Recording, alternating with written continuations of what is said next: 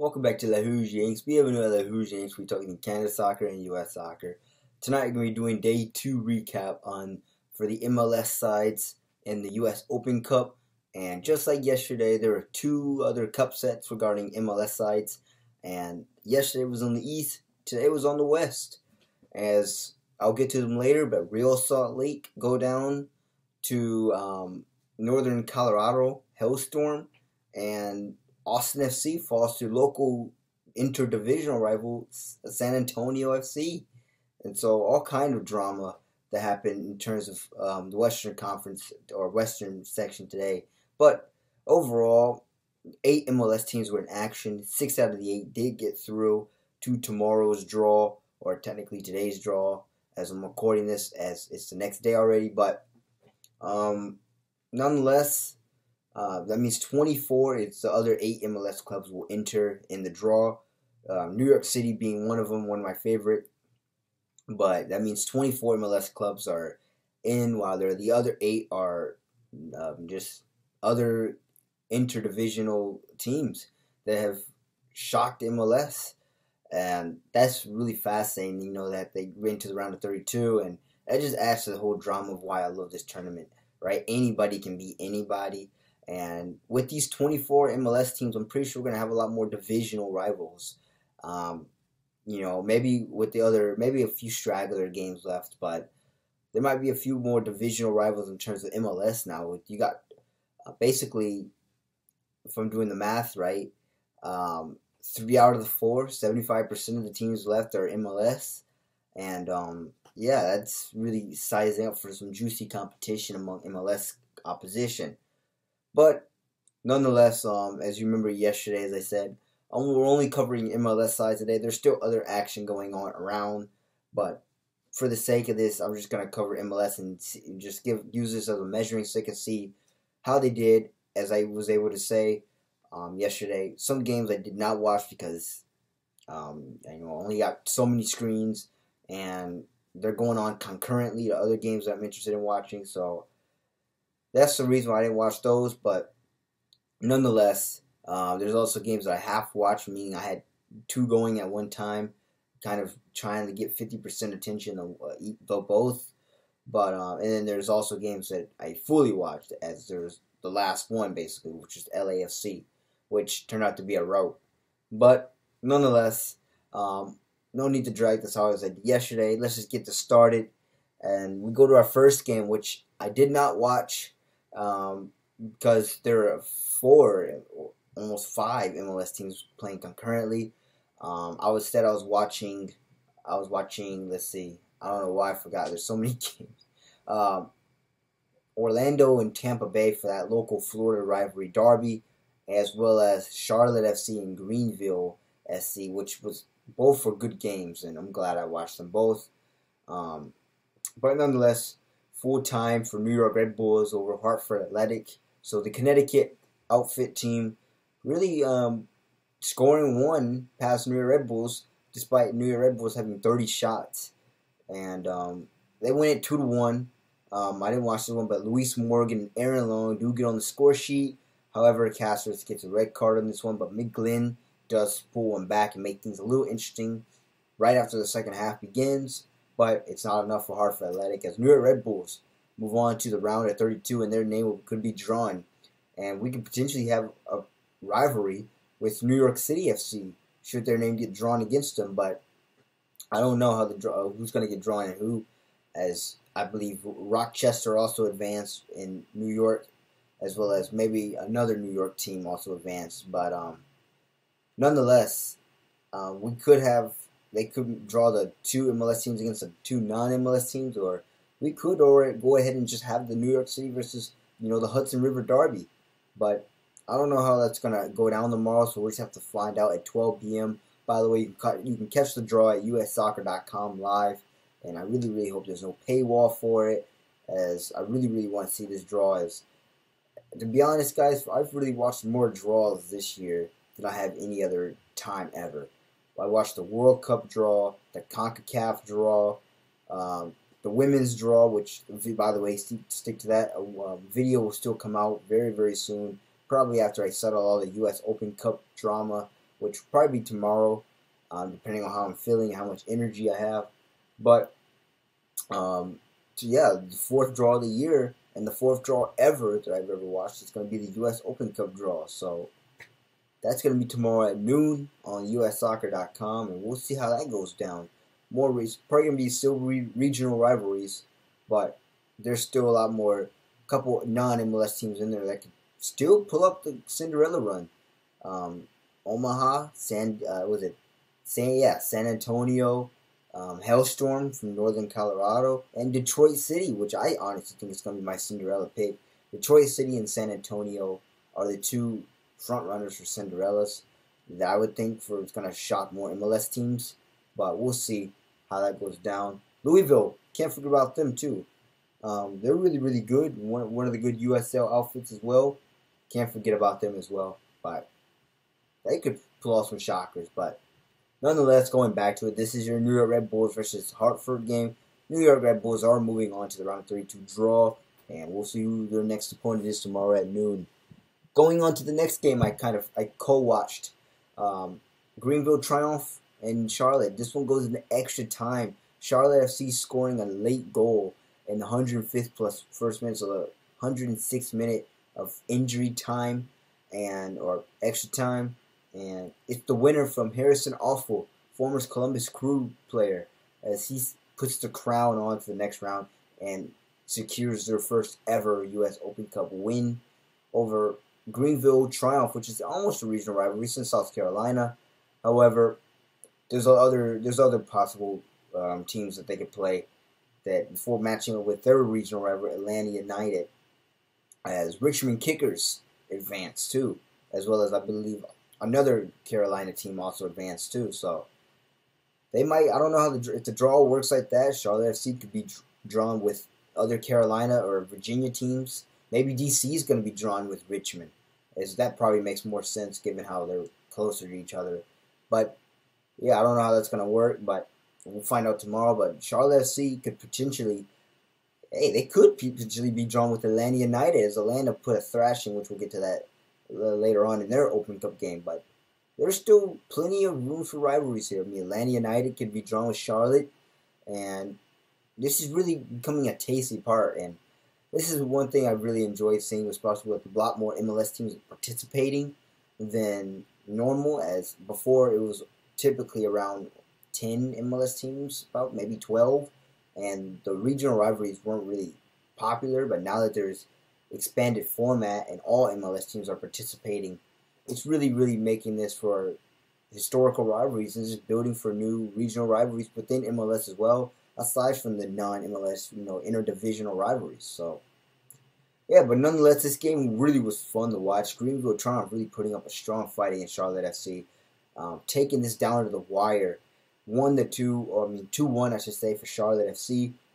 As I said, narrowly clinching out over Greenville Triumph, and this was a fun game to watch. Greenville Triumph getting a pretty good goal in the 59th minute. Keegan scoring, putting it past the keeper, but Harrison Awful, as I said, getting the go-ahead goal and the winner, and really, really putting things away for the crown. And we'll see who their next opponent is in the next match. But the stats were pretty even aside from the possession for Charlotte, but Greenville maximized their chances once they had it with the shots, and it paid off. But Charlotte FC ultimately get the win, and they're going through. On to the next game, Forward Madison and Minnesota United. This game I was not unfortunately watched, but I heard this was a rivalry given how Wisconsin and Minnesota, the two states, don't like each other very much. Although the two goals I missed in this one, it was ended in 2-0 for Minnesota United. They're going on to the draw as Hanu and Coleman score. And by the way, I forgot to mention, if you probably haven't noticed, some of the names that are scoring, or some of the people getting on the score sheet, they're for these reserves teams. They come up from, they're not the main MLS teams yet, as I believe we won't start seeing main MLS teams until the quarterfinals, I believe. And maybe even around the 16, depending on who the matchups are. But if it's a regional rivalry, keep in mind Minnesota still alive, and I don't know who their regional rivalry would be. Maybe Sporting Kansas City, I guess, because they're getting drawn tomorrow, as they're part of the 8, I believe, that are into the next round. But nonetheless, Minnesota are going through 2-0 over Fort Madison. By the way, Fort Madison has some nice kids, but nonetheless, they didn't score a single goal. They did get a red card though, but Minnesota, even in the stats, pummeled them 15-3. No shots on target for Fort Madison, while 5 for Minnesota. Minnesota are potentially looking at hosting a home match if it's against a MLS side, although it's going to be regional, so I don't know. So they might host Omaha. It very well could be Omaha, as Omaha beat the Chicago Fire, and if anything else in Nebraska, Minnesota, that looks like that could be the most likely rivalry matchup. So we'll see if I'm right tomorrow, but Minnesota and Omaha might match up tomorrow, given how if it's regional. Although they could, I don't know, they could just do East-West, but as I said, we'll find out as that goes. On to the other half of the game I kind of co-watched.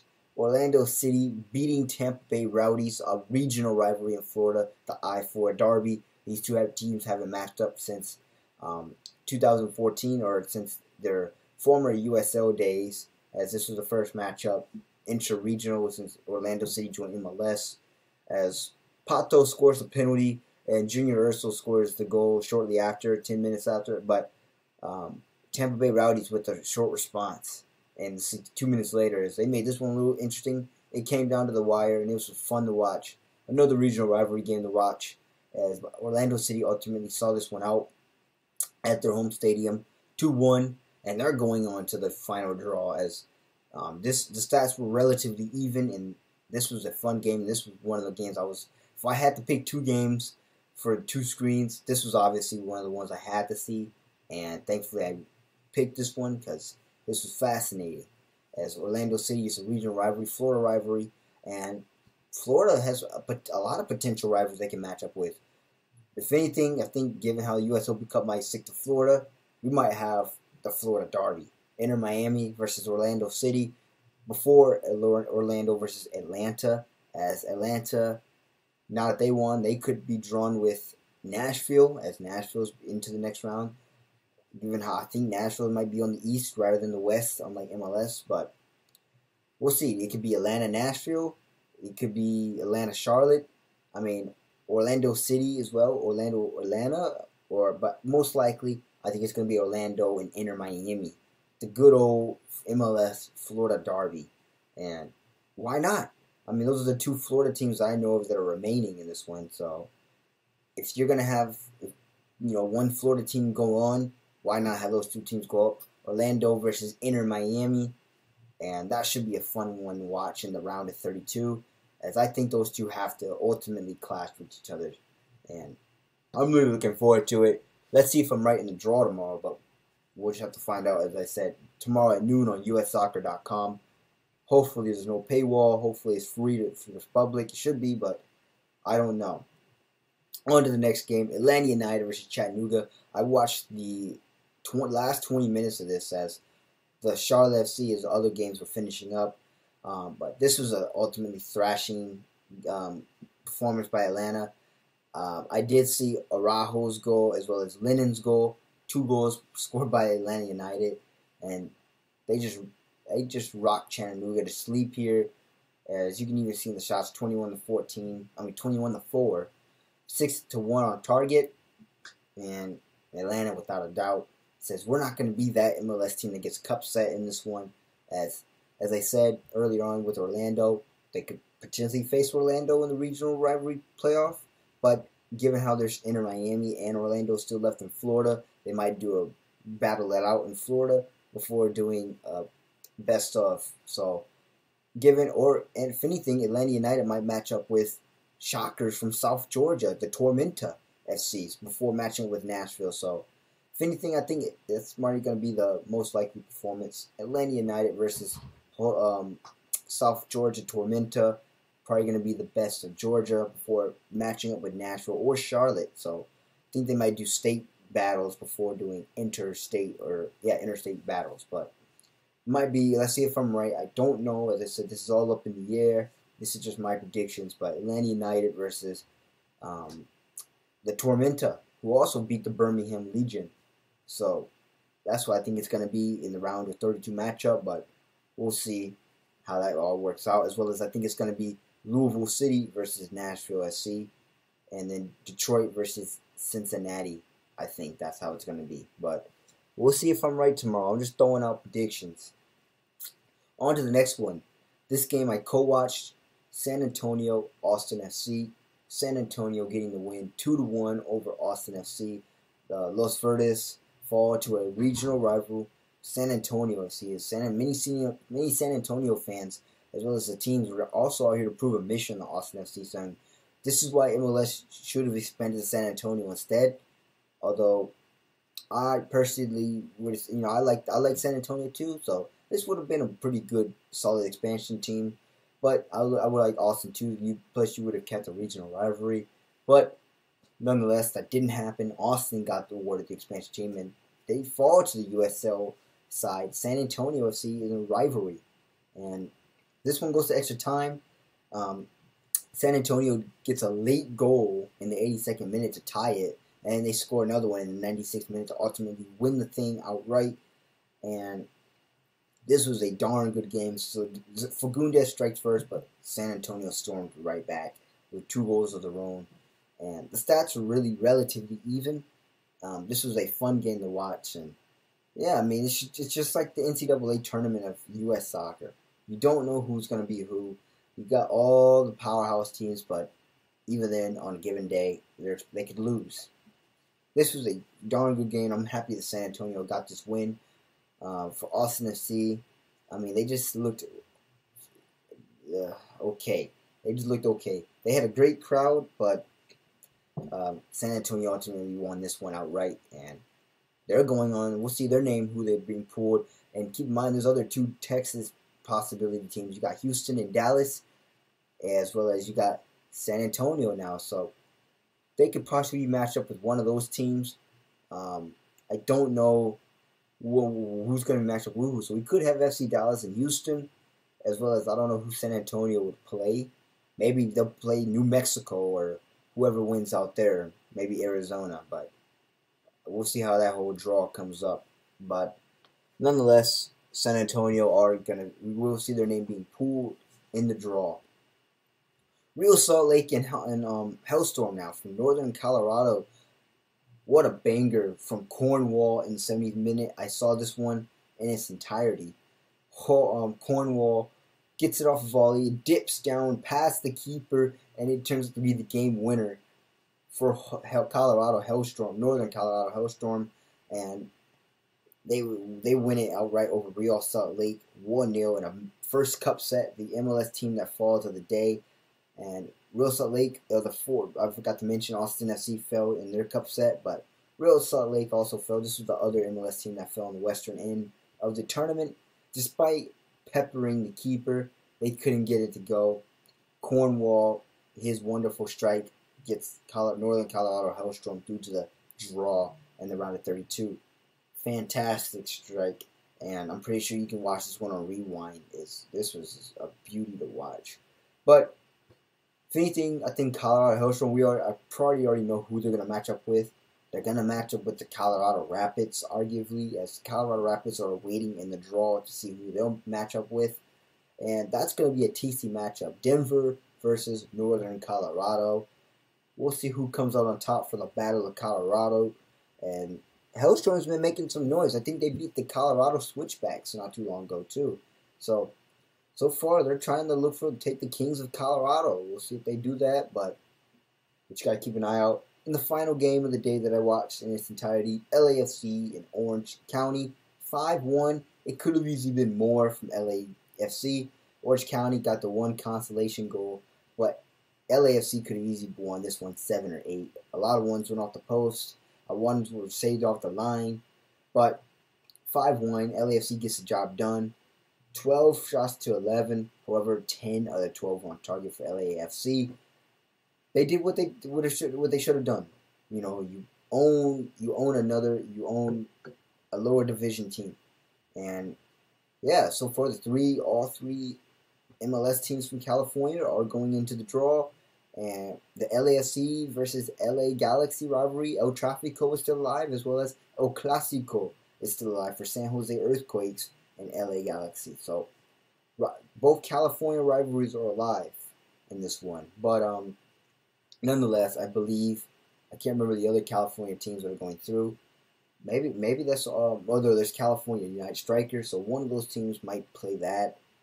Sacramento Republic, I believe that game just finished up, but one of them could be playing, and so two of those teams could be matched up. I believe San Jose is going to get matched up with Sacramento in the north if it's going to be regional, and I believe whoever California Strikers are, they're going to be matched up with either LAFC or LA Galaxy, and LA Galaxy, the other LA team, is going to match up with the other Arizona team that whoever made it out of that, if they did. So that's how I think that's all going to go down, as well as I think the Portland Timbers are waiting to see who they are next.